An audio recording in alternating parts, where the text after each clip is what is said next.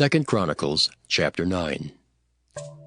And when the queen of Sheba heard of the fame of Solomon, she came to prove Solomon with hard questions at Jerusalem, with a very great company, and camels that bear spices, and gold in abundance, and precious stones. And when she was come to Solomon, she communed with him of all that was in her heart. And Solomon told her all her questions, and there was nothing hid from Solomon which he told her not.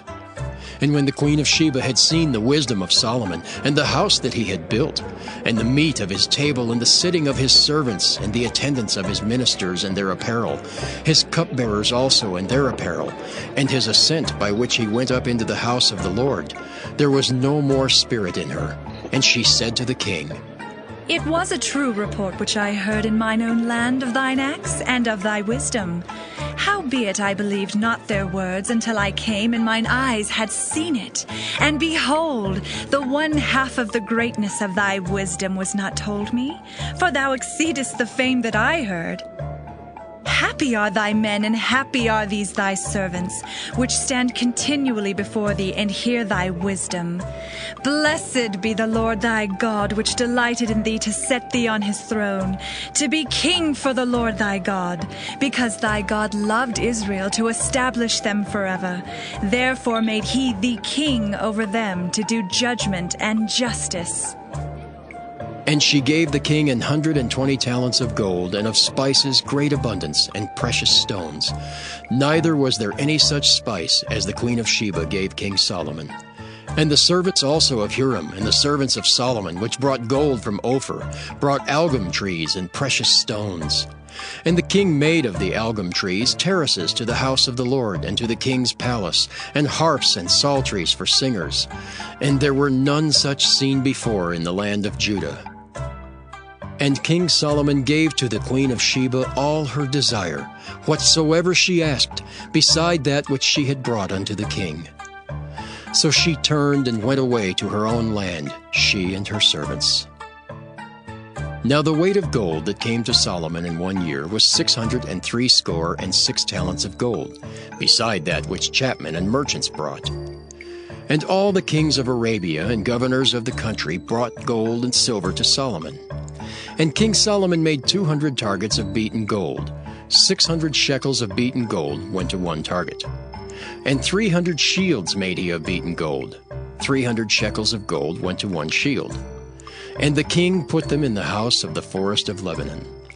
Moreover, the king made a great throne of ivory, and overlaid it with pure gold. And there were 6 steps to the throne, with a footstool of gold, which were fastened to the throne, and stays on each side of the sitting place, and 2 lions standing by the stays. And 12 lions stood there on the one side, and the other upon 6 steps. There was not the like made in any kingdom. And all the drinking vessels of King Solomon were of gold, and all the vessels of the house of the forest of Lebanon were of pure gold. None were of silver. It was not anything accounted of in the days of Solomon. For the king's ships went to Tarshish with the servants of Huram. Every 3 years once came the ships of Tarshish, bringing gold and silver, ivory and apes and peacocks. And King Solomon passed all the kings of the earth in riches and wisdom. And all the kings of the earth sought the presence of Solomon, to hear his wisdom that God had put in his heart. And they brought every man his present, vessels of silver and vessels of gold, and raiment, harness and spices, horses and mules, a rate year by year.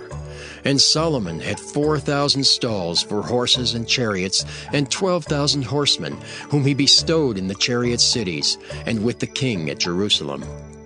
And he reigned over all the kings from the river even unto the land of the Philistines, and to the border of Egypt. And the king made silver in Jerusalem as stones, and cedar trees made he as the sycamore trees that are in the low plains in abundance.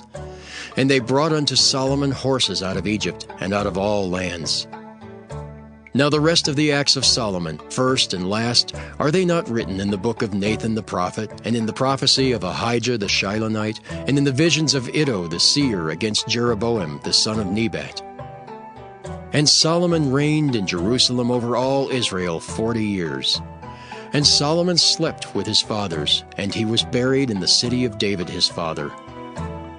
and Rehoboam his son reigned in his stead.